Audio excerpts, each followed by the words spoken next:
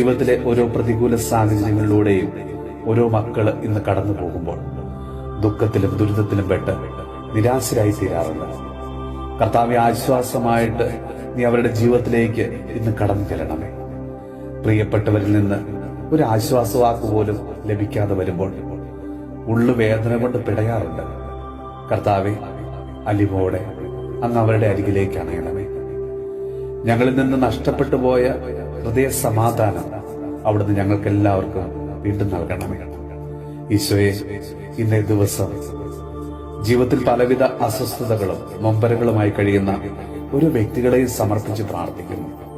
എന്നും കണ്ണുനീരുമായി കഴിയുന്ന ഓരോ മക്കളെയും കർത്താവെ അവിടുന്ന് ആശ്വസിപ്പിക്കണം, അവരെ തൊട്ട് അനുഗ്രഹിക്കണം.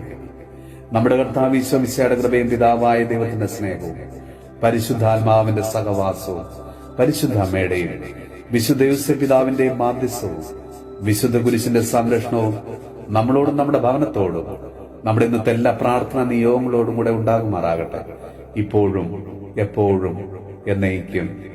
ആമേൻ.